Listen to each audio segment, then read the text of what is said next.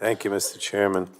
Today, committee Republicans are once again showing that they plan to prioritize the needs of big oil and gas companies over the needs of the American people.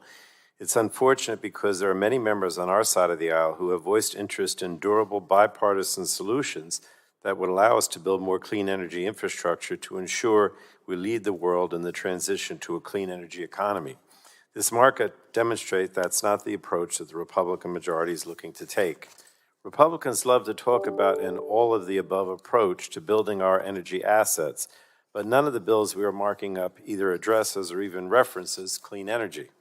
This markup is in stark contrast to committee Democrats delivering historic wins for the American people.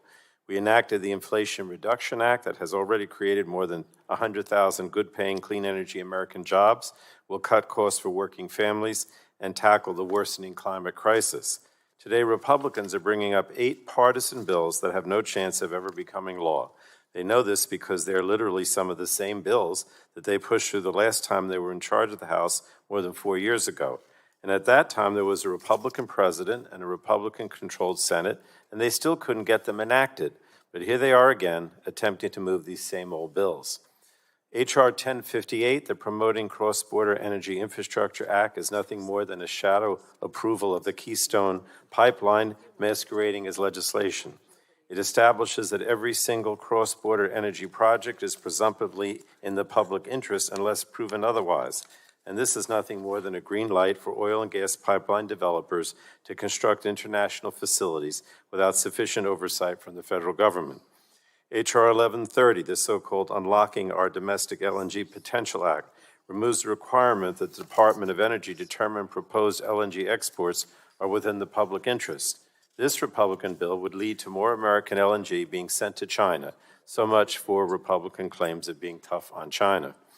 By removing the public interest test for natural gas exports, both H.R. 1130 and H.Con. Res. 17 create a handout to our geopolitical rivals and to Republicans' fossil fuel friends at the expense of the American consumer. At a time when many Americans across the country are suffering from high energy costs this winter, these Republican bills would ensure that the problem worsens in the coming years. H.R. 1115 effectively makes the Federal Energy Regulatory Commissioner, FERC, the final arbiter on all things environmentally review-related for natural gas pipelines. Unfortunately, in that process, it sets up a likely adversarial relationship between FERC and other federal and state agencies that play a role both in writing environmental reviews for pipelines and in the permitting process. I understand that Republicans believe this bill will speed up the process for natural gas pipeline approval, but I think it will actually do the opposite and turn what is currently a thorough collaborative process between agencies into an adversarial one. In fact, this was the fear that FERC's director of the Office of Energy Projects testified to back in 2017. Now, most of the remainder of the bills, I think, are meaningless, pure signals to the fossil fuel industry that Republicans support them. H.Con. Res. 14 is a grasp to resurrect the Keystone Pipeline, showing Republicans are still stuck in the energy debates of the last decade.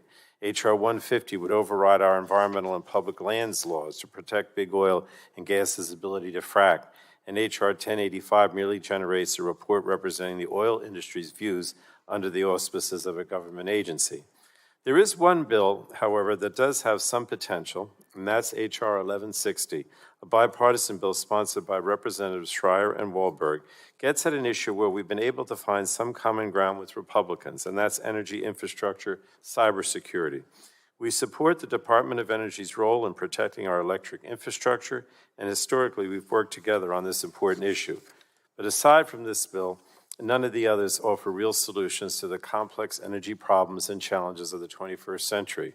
If Republicans really want to unleash American energy, I invite them to stop trying to tear down critical climate and environmental programs and work with us to build a better future for all by finding a way to build clean energy quickly without endangering our environment. I yield back, Mr. Chairman.